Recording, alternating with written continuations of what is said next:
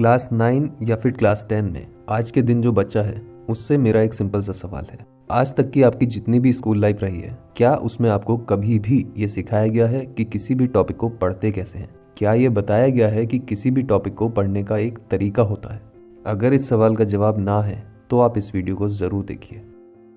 NCERT में class 10 science की book देखें और किसी भी एक टॉपिक की बात करें तो वो कुछ ऐसा दिखाई देता है। अब टॉपिक ये होता है कम्प्लीटली पैराग्राफ्स के फॉर्म में। बिल्कुल इसी तरह से हम बुक के अंदर आता कोई और भी टॉपिक ले तो सारे के सारे पैराग्राफ फॉर्म में ही आते हैं।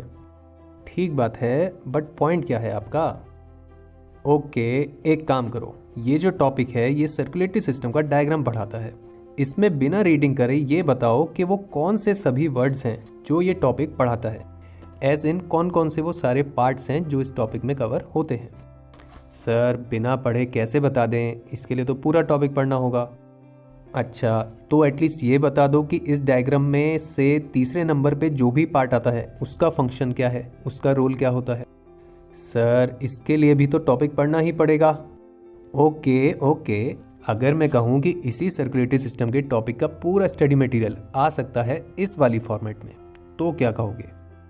सर इसमें तो सिर्फ देख के ही सब कुछ पता चल जाता है। ब्लू कलर में देखें तो सारे वर्ड्स को पहचान सकते हैं, ग्रीन में देखें तो देख सकते हैं कि उन्हीं सारे पार्ट्स के डिस्क्रिप्शन की डिटेल्स क्या हैं, यानी कि वो दिखते कैसे हैं। और फिर येलो कलर में देखें तो हम देख सकते हैं कि उन्हीं पार्ट्स के अपने अपने फंक्शंस क्या होते हैं। बिल्कुल सही पहचाना।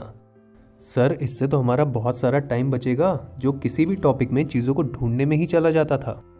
यस, सिर्फ यही नहीं, ये भी देखो कि इसमें आपको टॉपिक में जो भी क्वेश्चंस पूछे जाते हैं वो भी क्लियरली दिखते हैं रेड कलर में, जो कि अगर आप देखें पैराग्राफ फॉर्म के अंदर तो वहाँ पे आपको दिखाई नहीं देते हैं। तो हमें कभी भी पता ही नहीं चलता है कि टॉपिक एग्जैक्टली कौन कौन से क्वेश्चंस कवर कर रहा है। यस सर, ये तो एक बहुत ही मेन प्रॉब्लम रहती है। पर हाँ बोलो। ये तो आपने एक ही टॉपिक की बात करी, बाकी टॉपिक्स का क्या?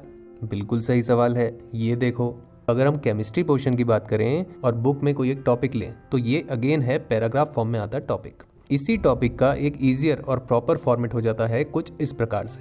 तो बेसिकली आप केमिस्ट्री में भी इस चीज़ को कर सकते हैं। और फाइनली अगर हम फिजिक्स के पोर्शन को भी देखें और उसका भी कोई एक टॉपिक बुक में से लें, लेट्स से सॉलिनॉइड या इलेक्ट्रोमैग्नेट का टॉपिक, तो उस टॉपिक की भी जो प्रॉपर फॉर्मेट की डिटेल्स हैं वो हैं कुछ इस प्रकार से। तो ऐसा नहीं है कि इसको हम सिर्फ एक या दो टॉपिक्स में कर सकते हैं, बल्कि ये सारे के सारे टॉपिक्स में आपको मिल सकता है। वाओ सर, ये तो बहुत ही बढ़िया बात है।